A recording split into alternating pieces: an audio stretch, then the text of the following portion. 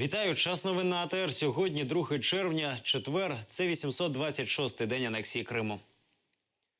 Слідком Росії в Криму висунув звинувачення підозрюваному у вбивстві Мумії Алієвої. Мешканця Старого Криму Олексія Гнезділова звинувачують у вбивстві через золоті прикраси. Звинувачений намагається уникнути покарання, прикидаючись психічно хворим. Про це розповів кримський правозахисник Абдурішид Джепаров. Мумія Алієва працювала в крамниці у Старому Криму. 29 травня після роботи вона спіймала автівку до села Ізюмівка, але водій поїхав до Грушевського кар'єру, де пограбував, зґвалтував і вбив Муміні. А тіло закопав. 30 травня провели похорон. Попрощатися із Муміні приїхали кілька тисяч людей з різних куточків Криму. Я как-то допустил такой ляп, как юристу мне это и как правозащитнику недопустимы такие вещи. Я назвал это несчастным случаем. Это, конечно, далеко. В самом деле, я прошу прощения всех, кто это меня слышал и не слышал, за мое такое вот не совсем нормальное высказывание. Вот. Это далеко не несчастный случай, это резонансное, очень тяжелое, чудовищное преступление. Поклонская молчит, глава республики молчит. Никакого с их стороны никто там, внимания особо так этому делу не уделяет. Наоборот, мы, насколько сейчас знаем, хотят сделать так, чтобы якобы он неменяемый, якобы он там пришел с повинной, хотя ничего этого не было. Мы помним, как был случай, когда Небиев якобы отстрелял медработников на станции скорой помощи. И как бы это было тогда, когда Поклонская уже и обвинение вынесла, она же и приговорила. То, что делается в Крыму, отношение, скажем, к одной стороне и отношение к другой стороне, вот эта разница, она и дает, в общем-то, ту почву, которая позволяет некоторым людям из того же русского мира совершать те вещи, которые они совершают. То есть они знают, что просто есть безнаказанность, и дается повод и другим тоже думать, что можно еще дальше продолжать, и при этом ничего им такого не будет. Поэтому атмосфера сама по себе нездоровая в Крыму, что порождает вот такие вот происшествия и случаи. В Ростові тривають судові засідання по справі Хізб ут-Тахрір. На лаві підсудних кримські мусульмани Руслан Зайтулаєв, Нурі Прімов, Рустем Ваїтов та Фарат Сейфулаєв. Їх затримали у січні минулого року у Севастополі. Вчора Північно-Кавказький військовий окружний суд зачитав звинувачення кримським мусульманам. За версією слідства, Руслан Зайтулаєв організував на півострові ланку Всесвітньої партії ісламського звільнення Хізб ут-Тахрір з метою створити всесвітній халіфат з представництвом у Севастополі. Нурі Прімов, Рустем Ваїтов та Фарат Сейфулаєв начебто були послідовниками ідей Хізб ут-Тахрір, забороненої в Росії. Вчора підсудним призначили російських адвокатів, розписали графік засідань. Їх проводитимуть по буднях до кінця червня. Кримським мусульманам загрожує від 15 до 20 років ув'язнення або пожиттєве ув'язнення. 2005 года подсудимый Зайтулаев являлся активным членом организации партии исламского освобождения. Осознавая общественную опасность своих действий, зная о том, что данная организация признана террористической организацией и ее деятельность запрещена на территории России, в конце марта, начале апреля 2014 года умышленно организовал на территории города Севастополя деятельность ячейки партии исламского освобождения. Нам хочется верить, что перспективы будут для нас положительными, поскольку мы как защита не совсем усматриваем наличие состава преступления. Хочется верить, что все-таки нас услышат и наши подзащитные будут услышаны.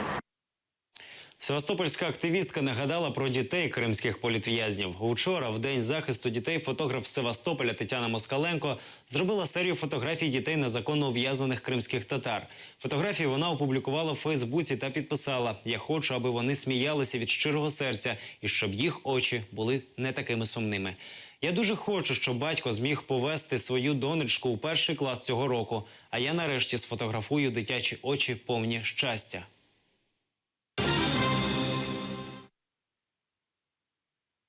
У Криму хочуть більше ніж вдвічі підвищити тарифи на комунальні послуги. Про це на засідання Кримського окупаційного уряду заявила голова Російського держкомітету по цінах і тарифах півострова Ніна Зотович. Така необхідність з'явилася, бо в Росії тарифи значно вищі. До прикладу, в Ростовській області кіловат електроенергії коштує майже 4 рублі, а кримчани поки що платять по рубль 69. Несколько раз повышение тарифов для населения позволит нам сократить вот эту разницу. То есть внутреннее перекрестное субсидирование, которое, в принципе, в российском... В процентном отношении насколько будет это повышение? Ну вот смотрите, в 2 раза по населению нам нужно вырастить в 2 раза. Пока позиция ненаселения неприемлемая. Ремонт, що затягнувся, майже рік на вулиці Маршала Василенко в Сімферополі роблять ремонт дороги. За словами мешканців, будівництво обіцяли закінчити в грудні минулого року, проте не закінчили й досі. Городяни скаржаться, що аварійний стан доріг псує підвізки автомобілів. Плохая организация, а деньги, может быть, разбазарили, и всё. А потом почему-то их не хватило. Ну, у меня уже машина убитая, знаете, вот подвеску разбил, всю. Надо наказать их, ёлки-палки. Что это такое? Они как-то здесь наплывом то работают, то не работают. То в сосенках сидят вот здесь, вот это место у них любимое. Я считаю вот так, если нет денег, то и делать не надо. Что это за руководство такое, которое нет денег? Ну, нет денег, ну, на телевидении я бы сказал. Что из отношение такое к работе? Я вообще не аж удивился. Сам всю жизнь на стройке проработал. Но вот такого никогда не было у меня. Дорожники, кто виноват? Я, что ли, виноват? Мешканці Кольчугіно живуть серед сміття. На околиці села кілька десятиліть тому з'явився полігон технічно-побутових відходів. Однак за полігоном ніхто не доглядає, огорожу постійно ламають, а вітер розносить сміття околицями. Окрім поліетилену, що літає селом, вітер розносить і сморід, до якого, як кажуть селяни, вони й досі не звикли. Кольчугінці багато років звертаються до сімферопольської влади, однак позитивного результату немає. Конечно, отвратительно, ужасно, конечно, что свалка есть. Ну, как бы, знаете, это уже давно, по-моему, длится. Я тут родился, и я, между прочим, возле нее живу как раз. Да. Вот. И как бы я, сколько помню себя, сколько вот она там существует, и как бы никто с ней не борется. Во-вторых, там постоянно бомжи ее, это самое, периодически поджигают, да, для металла, для всего прочего. То есть это и воздух. Запретить свалку. Мешает вам она? Мешает. Чем? Ну, то, что идет все гадости, все вонь. Ночью, вечером привозят личный транспорт. Жигулями, прицепами, с 5-го отделения большинство. Мешает мусор вам? Конечно, мешает. Ветер разлетается по всему совхозу. У нас были там таблички, которых сломали и выбросили. Ну, население, мы же не будем за каждым сидеть и пасти, что туда кто-то ничего не вел. У Києві презентували проєкт «Ватан Сі даси», що виходить на українському радіо. Основна тематика – культура. Гості програми – прості люди, що діляться своїми історіями та досягненнями. Серед них діти та студенти. Програма виходить двічі на тиждень по 20 хвилин. Її можуть слухати і в окупованому Криму. Ознайомитися зі 120 кримськими татарами. І кожен гість – це нова історія життя кримсько-татарського народу. Ми знаємо, що у кримських татар виник вимушений розрив соціальних, побутових та родинних зв'язків, втрата культурного середовища. І люди, приходячи к нам в студію, розповідають про свій емоційний стан. Дали возможность каждому участнику проекта «Узоры мира», приходя на радио, говорить о своих чувствах, о своих эмоциях, о собственной реализации, мотивации к участию. По-перше, платформа для адаптації переселенців, звичайних людей, школярів, студентів, людей, які тут намагаються шукати нове життя. Далі це така собі платформа для комунікації. Ця програма нашого побуту – це спосіб звичайним людям, таким самим українцям, розказати про звичайних кримських татар і наблизити один народ до іншого. Саме кримсько-татарська мова чиста лунає в ефірі українського радіо 40 хвилин щотижня, це 2 20-хвилинки. Але оскільки у нас є програми українською мовою про кримських татар, це ті ж самі кримські історії, це мікс українська, кримсько-татарська мова, вона звучить двічі на тиждень. 5 українських суддів визнали Росію агресором. Юристи Всеукраїнського громадського руху «Сила права» виграли чергову справу. Суд визнав факт російської агресії і заборонив Кабінету міністрів виплачувати Росії борг в $3 мільярди за кредитом, виданим Януковичу. Підставою для такого рішення стали позовні заяви вимушених переселенців з Криму і зони АТО. Журналістка Анна Андрієвська – вимушена переселенка з Криму. Після того, як до неї прийшли співробітники ФСБ з обшуком, залишатися там вже не могла. Ну, останься я в Крыму, да, мне бы не дали работать. Либо я бы сейчас уже где-нибудь сидела бы за свою деятельность, либо просто мне пришлось бы уйти из профессии, а это для журналиста тоже часть его жизни. Вот, поэтому то, что я переехала сюда, это, с одной стороны, обезопасило меня от преследований как таковых, да, то есть физических. Но это не обезопасило меня от того, что там мои родные остаются под давлением, да, под моральным прессингом. Захищати свої права Анна вирішила в суді. Її справа стала першою в Україні, де суд визнав її вимушеною переселенкою в зв'язку зі збройною агресією Росії. Что я сегодня не могу поехать домой, а то, что я не могу пользоваться имуществом, которое у меня находится там, я не могу, собственно, общаться с родственниками. Після справи Анни Андрієвської рух «Сила права» виграв ще 4 справи. Остання – позов колишньої голови адміністрації Луганська та вимушеної переселенки Ірини Верігіної. Дуже довго думали, звідки взяти кошти на те, щоб компенсувати нашим постраждалим в результаті російської агресії. Ми розуміли, що з держави Україна, в державі Україна таких грошей немає. Київський суд задовольнив позов Верігіної, а також визнав факт збройної агресії Росії проти України. Для компенсації витрат суд заарештував російський кредит, який Кремль видав Януковичу за непідписання асоціації з Євросоюзом. То нам удалось наложить арест на российский кредит в сумме $3 миллиарда. И мы считаем, что эти средства впоследствии, после того, как судами, я уверен, будут вынесены решения в пользу украинских граждан, пострадавшим от российской агрессии, эти средства пойдут в погашение исков граждан. Конечно, они не покрывают весь тот ущерб, который нанесен украинским гражданам, а тем более, так сказать, украинскому государству и украинскому бизнесу. Наступний крок руху «Сила права» – домогтися арешту російських державних активів в Україні та за її межами. Ісмаїл Газієв, Едем Сеттаров, Ельдар Тарахташ, Заман, АТР.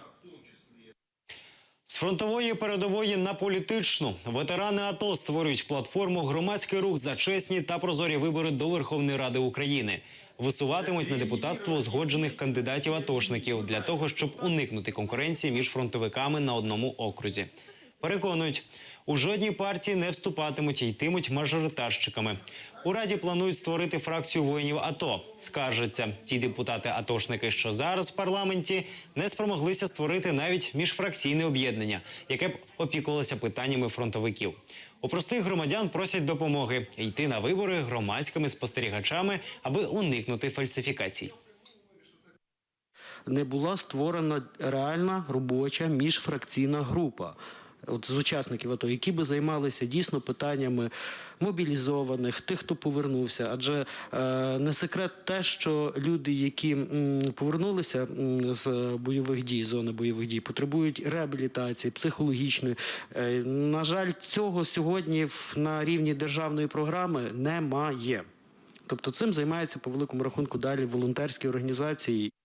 Участники АТО, ветераны АТО, военнослужащие сегодня идут в парламент опять разрозненно, как разные политические партии и конкурируя друг с другом. Так вот, наша платформа предлагает, и мы ведем сегодня переговоры и обсуждения общей поддержки кандидатов по каждому округу.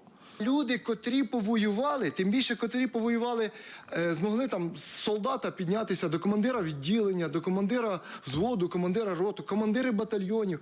Повірте мені, вони в хаосі і просто в якомусь трешові змогли і утримати ці колективи, і утримувати лінію фронту. Тому ці люди, вони реально здатні щось зробити. Тому я вважаю, що за ветеранів, за адекватних ветеранів будуть голосувати адекватні і думаючі громадяни України. Прорив. Так експерти і правозахисники оцінюють нові спрощені умови вступу кримських випускників у материкові виші. Цього тижня їх анонсували в Міністерстві освіти і науки України. Спеціально для кримчан організували додаткову сесію зовнішнього незалежного оцінювання. А той, хто не встиг зареєструватися на ЗНО, може вступити, здавши документи в спеціальні освітні центри, що відкриють в 10 університетах країни. Детальніше в нашому сюжеті. Кримські випускники можуть пройти зовнішнє незалежне оцінювання після складання російського єдиного держіспиту на півострові. Спеціально для них Міністерство освіти України проведе додаткову сесію ЗНО. Для таких абітурієнтів, які не змогли виїхати для складання ЗНО, буде перенесена додаткова спеціально для них зроблена сесія з 4 по 12 липня. Вступити в українські виші зможуть і ті, хто не реєструвався на зовнішнє оцінювання. Для цього треба подати документи в спеціальні освітні центри, які створять при 10 університетах в 10 містах країни. Ці центри будуть уповноважені як такі, де буде відбуватися державна підсумкова атестація для таких випускників з Криму з української мови і історії України. Там, в цих центрах, вони також можуть подати так звану освітню декларацію, які предмети вони вивчали у цих російських школах, тому що перескладати весь спектр предметів їм дуже складно. Російські результати оцінювання перенесуть із російського атестату в освітню декларацію. Вона дає право скласти іспит, але тільки в тому університеті, де відкрит центр. Данные подвижки, они уже упрощают, дают какую-то альтернативу крымчанам и уже каким-то образом упрощают саму процедуру, хотя бы начиная с того, что они будут и эти центры, они будут искать возможность для обеспечения жильем. Самое проблемное, одно из самых проблемных для крымских абитуриентов, когда они выезжают на материковую часть, это где жить. Невідомо тільки, де відкриють ці центри. Ректор Таврійського національного університету Володимир Казарин впевнений, що це має бути Кримський університет на материку. Щоправда, наразі таким є один ТНУ. Я представляю, в какой внутренней растерянности до сих пор находятся крымские абитуриенты, которые не знают, из каких вузов им предстоит выбирать. Мы как бы немножко до сих пор вслепую играем с крымскими абитуриентами. У них до сих пор нет ясности, куда они могут поступить. Про втрачений час кажуть в Центрі громадської освіти «Альменда». 1 июня, когда уже стартует, по сути, да, мы уже вплотную подошли к вступительной кампании, информация в Крым не зашла. А это время принятия решения. Слишком поздно все это произошло. Поэтому нужно было подумать о том, как мы эту информацию туда заведем. Следующий риск, и он был тоже нами озвучен, это то, что там человеческий фактор. По сути, все зависит от уполномоченного, который будет работать в этом центре. И личные качества этого уполномоченного, они будут влиять. Эти дети будут поступать по этой системе или не будут поступать по этой системе.